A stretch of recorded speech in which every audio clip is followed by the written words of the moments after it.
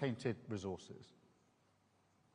Second, we're determined to push on with the progress on Russia's sovereign assets and unlock billions to help finance Ukraine's defence. The bill for Russia's destruction in Ukraine should be paid by Russia. So we want to move ahead at speed with the work needed to deliver reparation loans and get the funds flowing to Ukraine. Third, we are strengthening Ukraine's air defence to protect its civilians and its energy infrastructure. I announced today that we're accelerating our UK programme to provide Ukraine with more than 5,000 lightweight multi-role missiles. This programme has created hundreds of brilliant jobs in Belfast, and they're working now to deliver an additional 140 missiles ahead of schedule to bolster Ukraine's defences through the depths of winter. Fourth, we will keep up the military pressure on Putin through the continued provision of long-range capabilities. And finally, while now is the time to prioritise pressure, we're also continuing our work on security guarantees, including the multinational force Ukraine, to uphold a just and lasting peace when that day finally comes. Because, and I say it again, Ukraine's future is our future. What happens in the weeks and months ahead is pivotal for the security of the United Kingdom and all our allies across NATO and beyond. So we are determined to act now, to dial up the pressure on Putin and finally bring him to the negotiating table in good faith. Thank you. Now let me hand over to my friend Vladimir. Thank you so much, Keir. Ladies and gentlemen, dear friends, Keir, Mette, Dick, Mark, and everyone here, thanks you for today's meeting, today's coalition. These are two important days for us, very important. Today, the meeting of the Coalition of the Willing in London, and the day before there was an EU leaders meeting in Brussels. I thank you guys for all the support and your readiness to keep helping. And today, all the partners confirmed that next year they will continue to support Ukraine, our country, our resilience, especially the financial support, which is crucial. And today, the new Prime Minister of Ukraine joins the coalition for the first time, and all the signals are clear. Thank you. We all see the challenges these days, and the Russians are carrying out a campaign of terror against our energy system, and they really want to make the winter cold a tool of torment and pressure on Ukraine, our people, and on our defense. And Russia's goal hasn't changed. They want to break us, want to break Ukraine, and they are doing everything to achieve it. So that's why our defense means everything that truly stops Russia from killing, destroying, and terrorizing. First, air defense, and today we spoke in detail with our partners about the systems. It's important that our partners focus on what's most practical and effective, and we gave all the details. Second, of course, it's important that everyone agrees the front needs substantial attention, and the focus must be on it, and thank for all the steps of help. And third, we are promoting a more meaningful approach to diplomacy. Diplomacy matters only when it can lead to real decisions. And when it comes to Russia, that dish has many ingredients. The essential ones are real forms of pressure on Russia, sanctions, our long-range capabilities, political pressure, accountability for war crimes, and real actions regarding Russian assets. Today we all agreed sanctions that hit Russian oil infrastructure, Russian oil companies are a big step, and I thank President Trump and all our partners who are implementing this. And we have to apply pressure not only to Rosneft and Lukoil, but to all Russian oil companies like Surgutneftegas and others, and to the shadow fleet and its infrastructure, and to Russia's oil terminals. And we have to implement all we have discussed today about the Russia's shadow fleet. Besides, we are carrying out our own campaign of pressure with drones and missiles, specifically targeting the Russian oil sector. So the long-range capability directly strengthens diplomacy, the more losses Putin suffers on his own territory. The fewer assaults he can carry out on the front line, and the faster he will agree to meaningful diplomacy. That is why we are working to secure Tomahawk cruise missiles, additional Storm Shadow missiles, other capabilities. Thank you very much, Keir, for today's decision. Thank you for your support that you said, and about long range. And there must be no option left for Russia except to end the war and return peace to our country. And of course, I also want to thank our partners for working with us to produce weapons, for investing in our country, for joint projects, and for the agreements we are now implementing. And one more point is Pearl program. I thank for each contribution. Mark, thank you for coordinating this program, for each contribution, and today we agreed to step up in the coming months. Peace is born from pressure on the aggressor, and that is what we must continue to do. Thank you. Thank you very much, Volodymyr.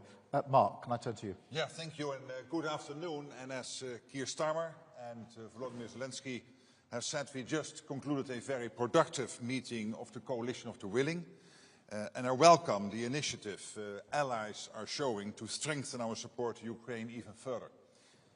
Just 2 days ago, I was in Washington, where I had a very good meeting with President Trump. The sanctions that the US has placed against Russia's largest oil companies will starve them of revenue and significantly increase the pressure on Putin to come to the negotiating table. And they show once again that President Trump is absolutely committed to end this war and bring a lasting peace to Ukraine. I'm glad that I was able here today to join allies and partners to discuss how we support these peace efforts and how we can increase the pressure on Russia to get there. In Ukraine, Putin is gaining little ground on the battlefield. And where there are marginal gains, they are coming at a huge price. Hundreds of thousands of Russians are dying for Putin's deluded aggression. Ukraine continues defending itself bravely, and our support to them is working. The truth is that Putin is running out of money, troops and ideas. President Trump said it very well. They should stop where they are now. And now is the right time to increase the pressure on Russia, so we can finally get a fair and a just peace for Ukraine. I therefore welcome the recent announcements by European allies and Canada of additional military aid to Ukraine. The developments on the battlefield show that our support to Ukraine is working, and we need to keep it up. We need to pair this support with sanctions and economic pressure, and the EU's 19 seconds package against Russia is another good step in this direction. On both sides of the Atlantic, we want this war to end. And the good discussions this week in Washington, yesterday in the European Council, and now in London indicate we are moving in the right direction. Thank you so much. Mark, thank you so much. Mette, can I come to you? First of all, thank you, Keir, for hosting us today, and thank you, Volodymyr, for joining us yesterday in Brussels in a meeting with the European Council, and today in the Coalition of the Willing. It was Putin that called President Trump some days ago because he was scared that Ukraine would get the upper hand. Yet he rejected Trump's proposal for a ceasefire along the current front lines, a suggestion that we support, and same goes for you in Ukraine. But Putin doesn't want to stop the killings. There is no indication that Russia and Putin wants peace, not even a ceasefire. And Russia continues its hybrid war against NATO and the West.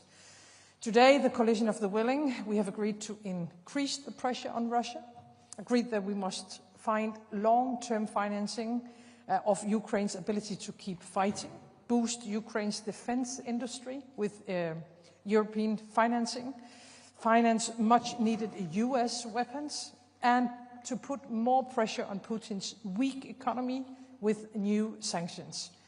I think this week we have taken significant steps with EU's new sanctions package, targeting Russian energy sector, the shadow fleet, and much more. United States have now sanctioned, as we already have heard, Russia's 2 largest oil companies. And already last week, the UK, announced sanctions targeting those companies as well. I think Putin's strategy has been to wait for us to stop, at some point to give up. But of course, this will never happen. So once again, we have today agreed to be united in our efforts, and our promise to you, dear Volodymyr, and to Ukraine and to all Europeans is that we are willing to continue, of course. Thank you so much. And then to you, Dick, please. Thank you, Keir, and thank you for hosting the Coalition of the Willing today. And Volodymyr, thank you for being here as yesterday in the European Council. And both meetings had the same purpose, peace. And in doing so, and making sure that that will happen, we need to keep Ukraine in the fight, as everyone more or less stated today in different words. We need to maximize support to Ukraine. And Ukrainian needs have to be leading in that. What we see is that Russia is the only party rejecting a ceasefire, circumventing all diplomatic initiatives and continuing to attack Ukraine. The only way to persuade Putin to engage in serious talks is to increase economic pressure on Russia and our support for Ukraine. This week, important measures were taken in the EU and the US, and coordination for further steps we could take is necessary. First of all, on sanctions. It would be good if the EU were to copy the US-UK sanctions against Lukoil and Rosneft. We must also do more to dismantle the shadow fleet systems, and the Netherlands will take its part when it comes to the North Sea. This could hit Putin hard financially, as this undermines his revenues on global oil markets. Second is support. It's crucial that all countries contribute. Only then can we maintain a high level of support and keep Ukraine afloat militarily and economically. We must increase military support bilaterally as well as by ordering armed packages from the US, and a couple of the speakers already mentioned the Pearl package. And we must make sure we step up our energy assistance to help Ukraine and the Ukrainians through the winter. We are very concerned with Russia's ongoing attacks on Ukraine's energy infrastructure before the start of the winter, especially on its domestic gas production. Costs for recovery are high and the need for gas imports have increased. The Netherlands, therefore, will increase financial and material support on energy, and we urge all our partners to consider increasing their contributions as well. We can put more pressure on Putin to end this war if we work even more closely together and widen our impact on Russia. And at the same time, this is the way to create the best possible conditions under which Ukraine is able to negotiate. Thank you. Thank you so much, Dick. Thank you, colleagues. We're now going to attempt a Q&A, a five-way Q&A, where we will each ask, be asked a question. And I'm going to start with Beth, please, from Sky. Thank you. Prime Minister Beth Rigby from Sky News. This is a question to both Prime Minister Starmer and President Zelensky, if I may. You are the coalition of the willing, but you're unable to stop President Putin without US support. How disappointing is it that President Trump won't at the moment provide long-range Tomahawk missiles? And is the President right when he says you'll hopefully be able to get the war over without them? Can you? And PM Starmer, if I may, this domestic question.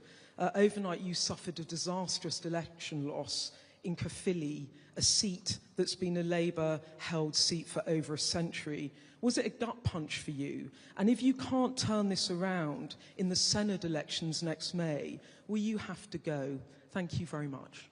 Thank you, Beth. Let me start with the question of Ukraine, because it is really important that we address the support that we're all able to put in, particularly as we go into the winter. And here we have the Coalition of the Willing today, you had the EU yesterday, but we are all working with President Trump, and therefore we're all working as one wider coalition here in relation to the support we need to put in for Ukraine. On missiles, we've put in more missiles from the UK in recent days and weeks, and pushing the case for long range. It is really important that we do have long range, and those discussions are ongoing. And of course the protection of energy, because Putin is attacking the energy in Ukraine, and that needs protection. We've had discussion today about how we can stop those attacks and how we can better protect those energy supplies.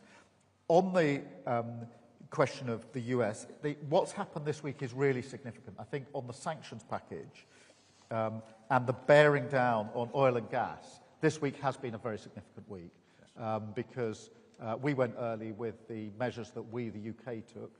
President Trump came in with really important measures that have had a real impact. And then, of course, the EU followed in with a further package of sanctions this week as well. And I think if I was to pick out one thing this week that was of most significant, it would be the combined impact of those packages. Not only because of the impact they have on the Russian economy and the pressure that they put on, but also because they demonstrate the point that whether it's the Coalition of the Willing, the EU or the US, we are all coordinating clearly in our efforts to support Ukraine and effectively doing so. The other thing I would point to is the progress made on Russian assets. Yesterday the EU took a very important step forward and there was absolute clarity in this afternoon's meeting that we need to see that progress come to fruition within a short timetable because that would be a really material further support that we can put in for Ukraine. So when we said that the ambition really this week, if you like, is to take Russian oil and gas off the global market, we've taken a significant step forward. I would also add that the measures or the movement in position by India and China in relation to Russian energy and oil in particular are also significant. I think what you'll detect behind that is the sort of coordination and discussions that are going on, have been going on today, are going on between us pretty well all of the time, and having a very significant impact on Russia, because we must put Ukraine in the strongest position. This is going to be a hard winter, of course, particularly when it comes to protecting energy, and it is very important that whilst, of course, we want to get to a ceasefire and a lasting peace, we will, in my view, only get there if we put Ukraine in the strongest possible position, and we must never lose sight of that aspect of it. I mean, I'm really pleased to see the Coalition of the Willing so determined and united on this. Of course, to some extent, the coalition was set up to answer